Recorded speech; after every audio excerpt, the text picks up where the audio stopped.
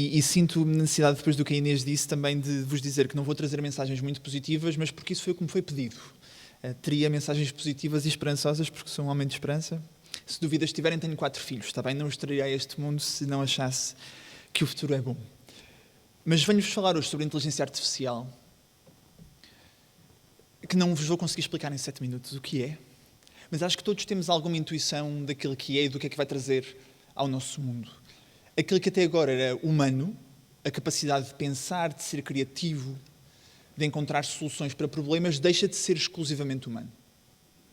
E por isso, o nosso mundo do trabalho, que pressupunha que pelo menos havia algumas atividades que nunca conseguiríamos substituir por máquinas, porque o trabalho físico, o trabalho repetitivo, de alguma forma já conseguimos automatizar, esta última franja do trabalho, ou a penúltima se quiserem, sendo que a última seria o trabalho mais social, começa a poder ser substituída também. O trabalho intelectual, o trabalho criativo, o trabalho de resolução de problemas. E isso, obviamente, levanta uma série de desafios para o nosso mundo e queria-vos falar de 4. E por isso vamos ao primeiro slide, em que o primeiro desafio que vemos é que a escada de progressão no mundo do trabalho a que estamos habituados, em que começamos como aprendizes em quase todas as profissões e vemos como é que os mais velhos fazem e com eles aprendemos, e é assim em quase todas as profissões, na verdade. Nós estudamos na universidade, mas depois chegamos ao mundo do trabalho e temos de aprender quase tudo do zero. Esta escada que está pensada para eu primeiro faço trabalhos e tarefas pouco valiosas, mas aprendo com os mais velhos a fazer tarefas mais valiosas, como é que se está numa reunião, como é que se fala, como é que se apresenta, como é que se resolve problemas, como é que se lida com pessoas em situações difíceis. Essa escada fica ameaçada quando aparece uma inteligência artificial que não é perfeita, mas que já faz as tarefas de pessoas no início de carreira muito bem. Os poucos estudos académicos que temos sobre o impacto no mercado de trabalho mostram-nos que o impacto é muito maior em início de carreira, precisamente porque a inteligência artificial é capaz de substituir o trabalho que precisa de conhecimento mais académico. Aquilo que aprendemos na escola e na universidade. A inteligência artificial sabe muitas coisas já. E por isso falta-lhe o conhecimento mais tácito, mais real, mas o conhecimento mais académico, científico, rigoroso já o tem. E por isso levanta-se um grande problema, principalmente para os mais jovens, que estão a entrar no mercado de trabalho, é que as vagas para profissionais em início de carreira estão a cair a uma velocidade muito superior e às vezes até em contraciclo às vagas para profissionais mais experientes. E por isso há aqui uma potencial desigualdade que se agrava, em que se o desemprego jovem já é tendencialmente maior do que o desemprego total, agora com a inteligência artificial mais será. E reparem que se os jovens deixam de ter a oportunidade de trabalhar nos primeiros trabalhos para aprenderem a serem séniores, vamos deixar de ter profissionais séniores daqui a uns tempos. Porque eles precisam dessa escada para aprender. É o primeiro desafio. O segundo desafio, no segundo slide, tem a ver com a concentração do poder da decisão com a inteligência artificial. Se é verdade que há uma democratização no acesso à inteligência artificial e que todos temos acesso à inteligência artificial, aos modelos mais avançados, à tecnologia mais avançada por 20 euros por mês, se quiserem, também é verdade que esta tecnologia é desenvolvida em 3, 4, 5 laboratórios no mundo. E que por isso mesmo os valores, mesmo as decisões éticas que são tomadas por estes modelos de inteligência artificial, são decididas em 3, 4, 5 sítios no mundo. E mesmo que eu seja um ótimo utilizador de inteligência artificial, continuo a depender de quem treina, de quem ensina estas máquinas a serem inteligentes e da visão que têm acerca do mundo. E todos já experimentámos fazer perguntas à inteligência artificial e receber respostas que não estão alinhadas com a nossa visão acerca do mundo. E isso assim é. A pergunta é, podíamos fazer uma diferente com a nossa visão do mundo? E a resposta é não, não podemos. Porque há economias de escala fortíssimas. E por isso vemos uma concentração muito elevada de poder de decisão.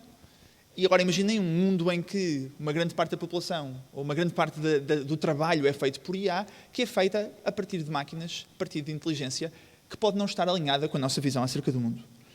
Mas não só concentração de inteligência neste aspecto, mas também uma desigualdade muito grande no impacto que tem a inteligência artificial.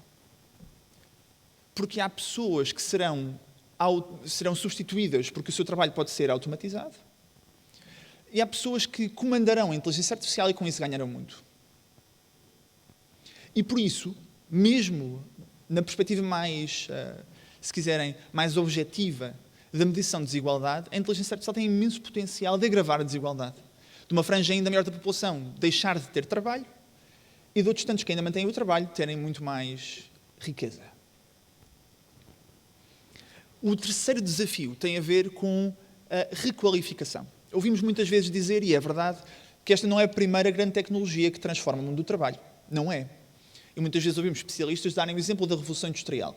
Eu acho que é um mau exemplo. A Revolução Industrial demorou pelo menos 200 anos a ter os seus efeitos disseminados. Desde que aparece o motor até que aparece um trator, passam pelo menos 100 anos. 100 anos é muito tempo. Dá tempo para pessoas se reformarem, dá tempo para pessoas morrerem, dá tempo para nascerem outras pessoas. E por isso a requalificação não acontecia no indivíduo, acontecia na sociedade. As novas gerações já tinham trabalhos diferentes das gerações anteriores. À velocidade a que avança a inteligência artificial, a estimativa é que entre 10% a 20% do mundo já usa mais do que uma vez por semana. Não estamos a falar de 100 anos, estamos a falar de 5, sendo eu já relativamente conservador. Se os nossos trabalhos desaparecerem, ou se alguns dos nossos trabalhos desaparecerem no espaço de 5 anos, muitos de nós não terão tempo de se reformar até lá. E por isso a requalificação tem de acontecer no indivíduo e não na população. O desafio grande é que até agora não temos muito boas experiências de requalificação. Em grande escala. Sim, para indivíduos com muita motivação e com muita vontade, claro que sim, mudam de carreiras e mudam de vidas sem nenhum problema. Mas para a generalidade da população não temos boas experiências ainda que nos digam que é muito fácil ou que é muito possível fazer uma requalificação generalizada.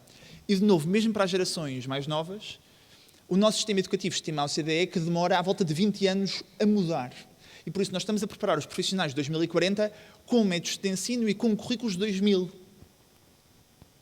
Não havia inteligência artificial, não havia redes sociais em 2000.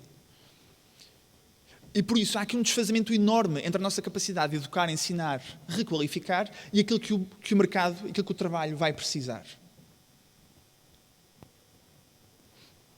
E finalmente, diz-nos a doutrina social da Igreja que o pleno emprego devia ser um desígnio das sociedades. Por aquilo que ouvimos já aqui falar hoje, porque de facto o trabalho não é só uma ocupação, não é só uma espera até ao ócio ou até ao descanso. O trabalho dá realização. Mas se economicamente o trabalho humano deixar de ter tanto interesse, porque a máquina faz melhor, de forma mais barata, de forma sem férias, sem pausas, sem erros. Se uma grande porcentagem da população deixar de ser precisa, estritamente falando, em mecanismos, ou na perspectiva económica, deixar de ser precisa, porque a máquina faz melhor.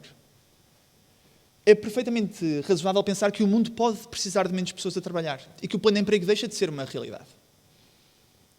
E por isso, até mais do que pensar como é que a seguir sustentamos as pessoas, que era importante que conversássemos sobre isto, era importante que conversássemos sobre fiscalidade nova, era importante que falássemos sobre rendimentos básicos garantidos para toda a gente e não subsídios de desemprego, era muito importante que falássemos sobre isto, claro.